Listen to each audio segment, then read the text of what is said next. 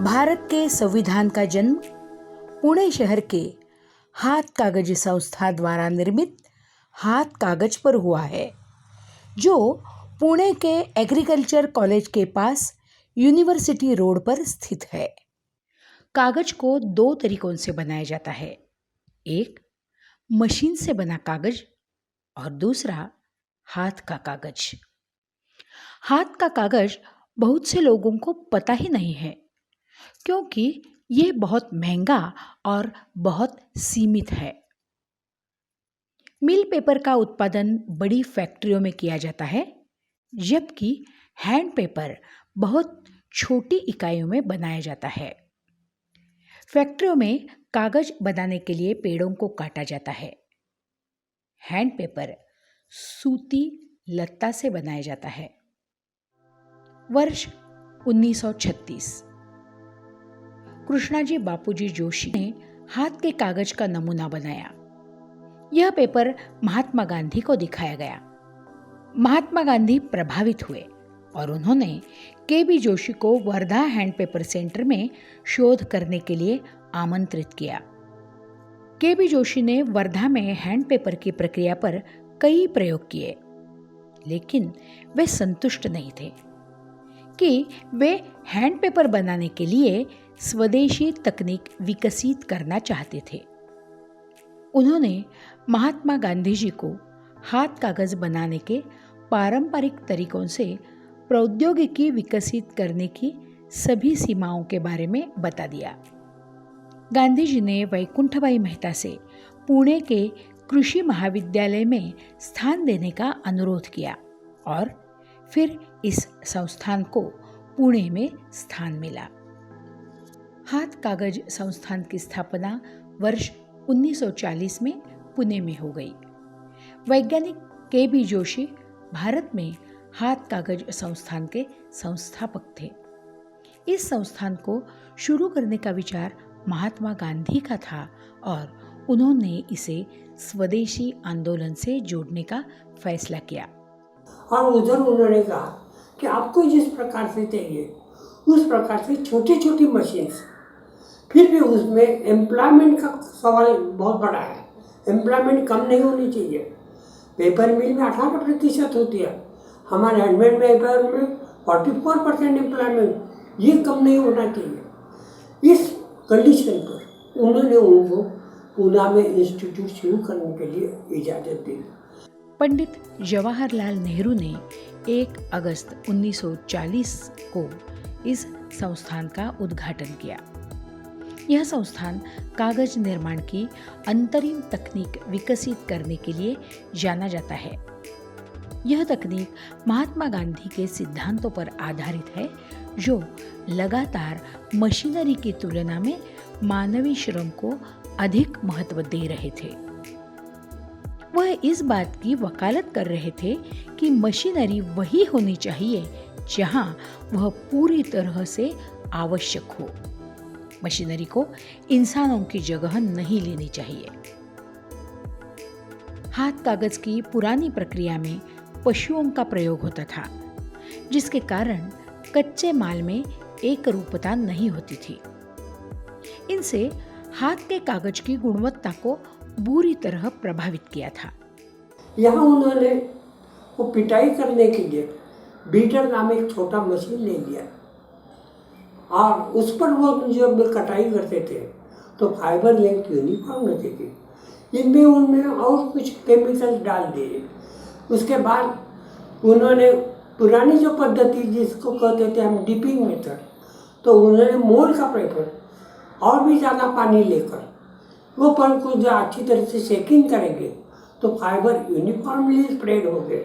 और वो uniformly spread होने के बाद कागज़ की तो ताकत है, वो सभी जगह समान रहेंगे, उसकी ऊंचाई भी ठीक रहेगी, उसकी मोटाई जो है वो ठीक रहेगी और लिखने में दिक्कत नहीं आएगी। इस प्रकार से ये हैंडमेड पेपर इंस्टीट्यूट में उन्होंने बीटर मशीन, कैलेंडर मशीन का शुरुआत कर दिया। हाथ कागज कपास के लत्ता से बनाया जाता है। यह पूरी तरह से पर्यावरण के अनुकूल प्रक्रिया है। यह बायोडिग्रेडेबल पेपर है। इसके कच्चे माल के लिए किसी पेड़ को काटने की जरूरत नहीं है। यह पेपर लंबे समय तक चलने वाला है। इसी उद्देश्य से नेताओं के द्वारा पुणे के हाथ कागज संस्था द्वारा निर्मित स्वदेशी हाथ कागज का उपयोग भारतीय संविधान का पहला मसौदा लिखने के लिए करने का निर्णय लिया गया।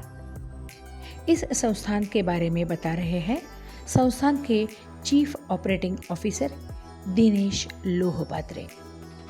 हाथ कागज़ की विशेषता यह है कि यह पूरी तरह से कॉटन वेस्ट से बनाया जाता है। इस पेपर बनाने के लिए किसी भी पेड़ की कटाई नहीं करनी पड़ती, इसलिए पूर्णतः निसर्ग पूरक कागज है।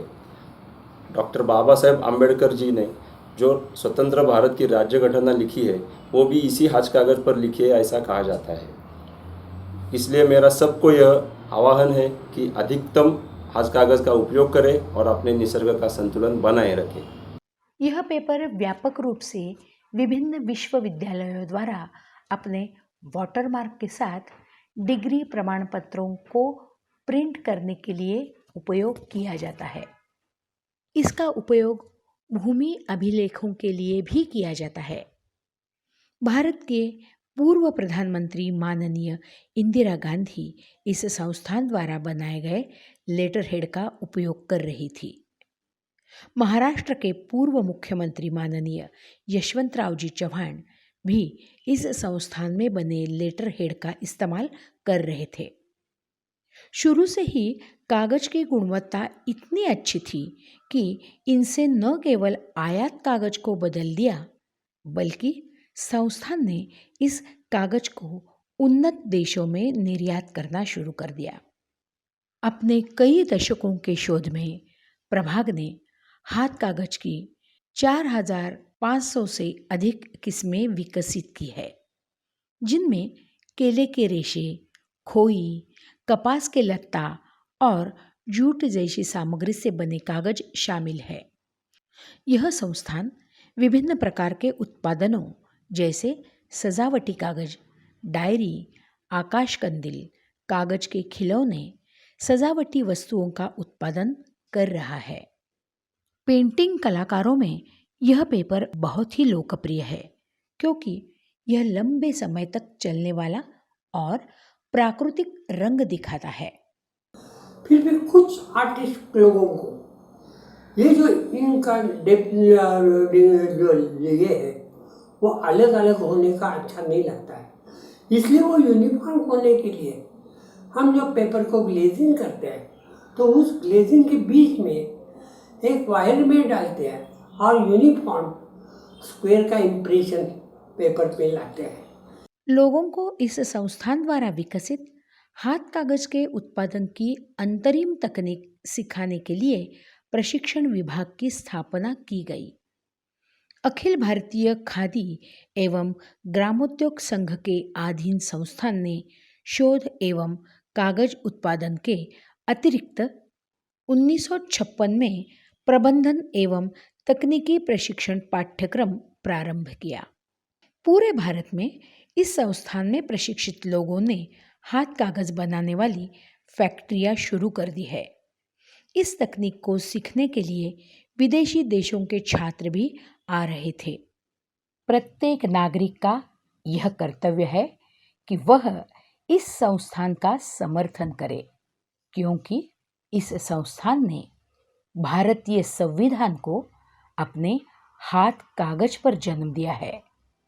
हाथ कागज संस्था भारत की एक विरासत है।